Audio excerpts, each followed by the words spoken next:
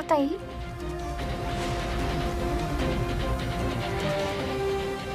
Madam sorry, माझ्यामुळे. Sarika please तू नको माफी मागूस.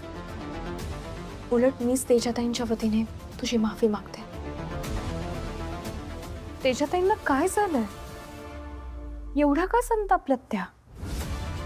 म्हणजे माझंही जरा चुकलंच आहे. मी त्यांना इथून निघून जा असं म्हणायला नको होता.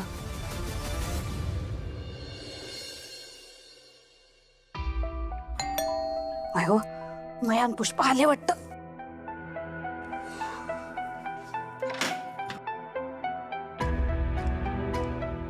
मन्या, तू तू घरी का बरं परत आला? अगं ऑफिसला गेलो होतो, अचानक डोकं दुखायला लागलं म्हणून परत आलो. तुला तर गांभी येतोय, ताप नाही ना? थांब, मी लिंबू पाणी बनवून आणते तुझ्यासाठी.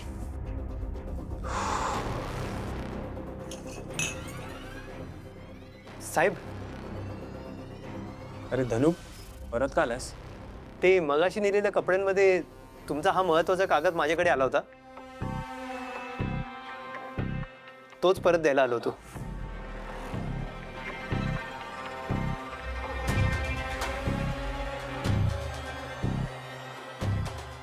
बरं, थँक्यू. चला इथं. मन्या, मा तो कागद.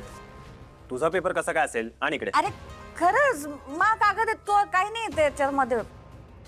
वकिलाचं नाव आहे याच्यावरती, हा तुझा कागद नाहीये. अरे मन्या थांब.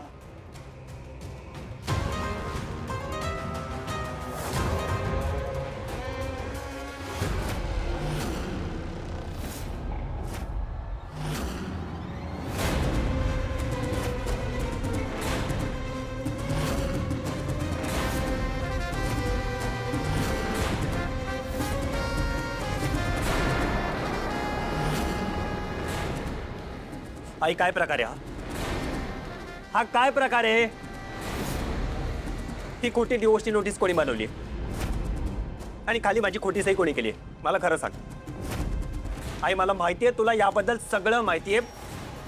अंत पाहू नकोस. कोणाचं कारस्थान आहे? लवकर सांग. आई व ज्याची भीती होती तेच झालं. मन्याच्या हातात ते कागद लागलेच. आता जर त्याला कळलं की या सगळ्यामध्ये माया आणि पुष्पाचा हात आहे, तो त्यांना घराबाहेर काढल्याशिवाय राहणारच नाही. अगं आई, तुला विचारतोय कोणी केलं हे? कोणी कोणी काय केलंय? मीच केलंय. मीच पाठवली ती नोटीस. ही नोटीस तू पाठवली? तुला माझा आणि वल्लरीचा सुखाचा संसार बघवतच नाहीये का? म्हणे खरंच सुखाने चाललाय का रे तुझा संसार? हे काही आहे आणि माझ्या लेकराच्या आयुष्याचा असा नरक होत असताना मी डोळे झाकून तर नाही ना राहू शकत. जीव तुटतो रे तुझ्यासाठी. तू वल्लरीच्या हट्टापायी तू तुरुंगात जाशील आणि मी गप्प राहू का? आई, तुला कितीदा सांगितले हा माझ्यातला आणि वल्लरीतला विषय आम्ही आमचं बघून घेऊ. हे असलं स्वतःच डोकं चालवण्याची काही गरज नाहीये. हेच केलंय तू आजवर. आजपर्यंत तू माफ कधीच ऐकलं नाही म्हणे, म्हणून तुझ्यावर ही वेळ आलीये.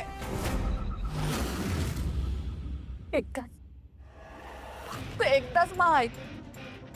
माझ्या बायकोले फक्त पाठिंबा द्यायचा नसतो. वेळ आली ना तर तिची खोडबी मोडता आली पाहिजे. तू आहे ना एकदा ही नोटीस वल्लरीला पाठव. ही नोटीस एकदा तिच्या हातात पडली ना की मग बघ तिचं डोकं ठिकाणावर येतं की नाही, आणि मग ती केस मागे घेते की नाही बघ.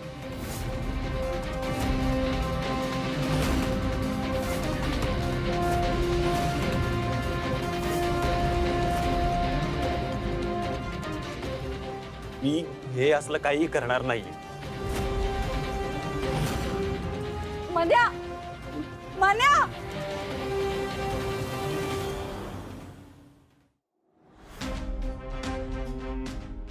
काय रे, काय झालं? टेन्शन मध्ये दिसतोय, काही प्रॉब्लेम आहे का? नाही काही नाही ताई. एनिवे, त्याच्यातही तुम्हाला काय झाले? तुम्ही का अशा संतापल्यासारख्या दिसताय? कारण संताप होतोय माझा तुझ्या बायकोमुळे. काय वल्लरीमुळे? नाही, ऍडव्होकेट वल्लरी भांबरेमुळे. त्याच्यातही मला नेमकं सांगा काय झालंय ते. मी तिला सहज भेटायला म्हणून तिच्या ऑफिसला गेले होते, असंच बोलायला. हे बघ, मी मनोज आणि वल्लरीला ना खूप आधीपासून ओळखते. अगं, इतक्या वर्षांपासून ओळखते. इतकी वर्ष ते एकदम आयडियल परफेक्ट कपल होते. पण आता या केसमुळे, तुझ्यामुळे त्यांच्यात खूप वाद होत आहेत. त्यांची रोज भांडणं होत आहेत. ताई बास बास झालं तेजाताई, एना.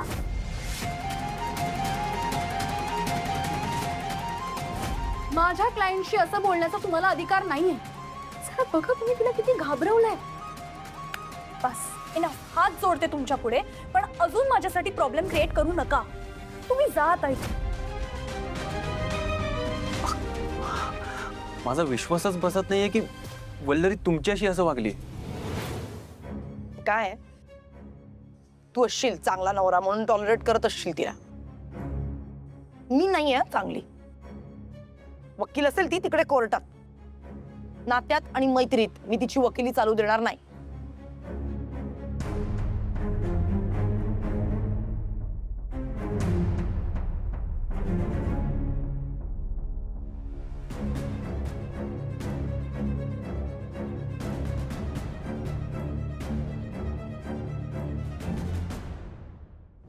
ही केस घेतल्याबद्दल सगळे वल्लरीला दोष देत आहेत, पण खरं तर तिचा या सगळ्यात काहीच दोष नाहीये. ती तर फक्त तिचं कर्तव्य पार पाडते. ती न्यायासाठी लढते ज्यात माझ्यामुळे अडचण येते. नाही नाही, हे कुठेतरी थांबायला हवं. वल्लरी माझ्यापासून वेगळी झाली तर कदाचित तिला जास्त छान आयुष्य जगता येईल. आमचा डिवोर्स झाला तर तिला आयुष्याची नवी सुरुवात करता येईल. वल्लरीला तिच्या न्यायाच्या मार्गावर चालू द्यायचं असेल तर तिला तिची वाट मोकळी करून द्यायला हवी.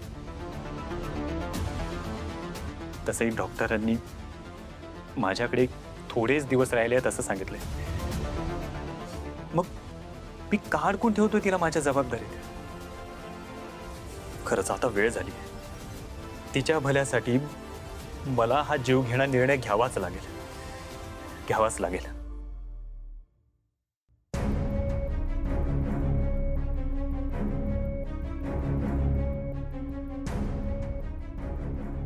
आई ती नोटीस दे. ती नोटीस दे. ऐक ना म्हणे, मी काय सांगते एकदा ऐक. हे असं काहीतरी केल्याशिवाय ना त्या वल्लरीचं डोकं ठिकाणावर येणार नाहीये. आयु नोटीस दे.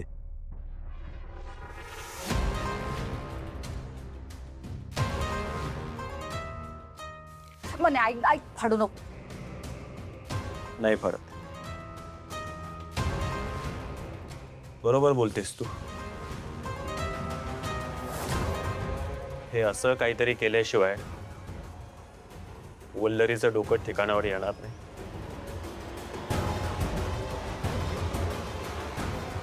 आता ही नोटीस मी माझ्या हाताने वल्लरीला देणार.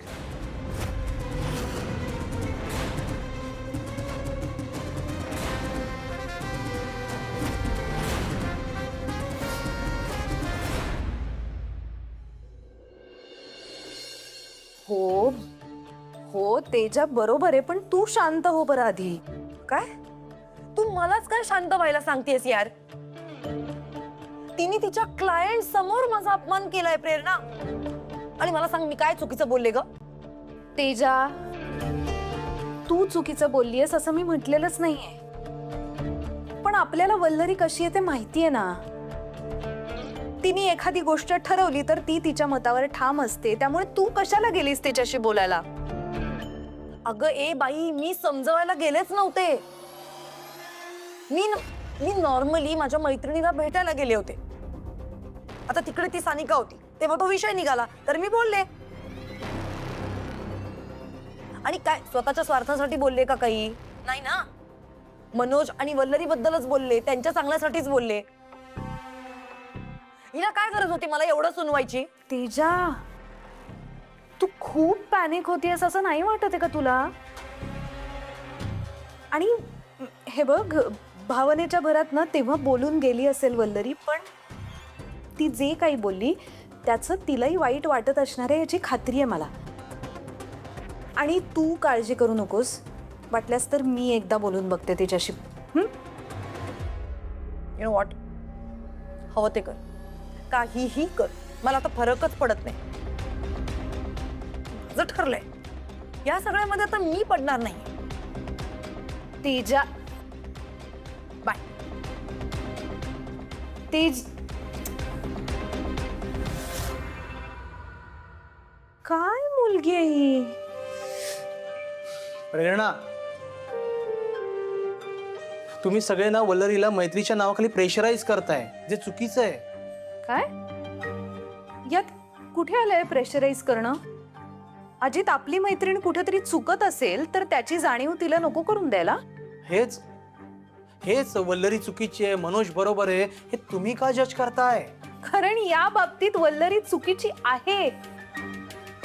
आजपर्यंत मनोज भाऊजींनी तिच्यासाठी जे काही केलंय ते सगळं जर ती विसरत असेल तर मैत्रिणी म्हणून तिची कान उघडणी करणं ही आमची जबाबदारी नाहीये का?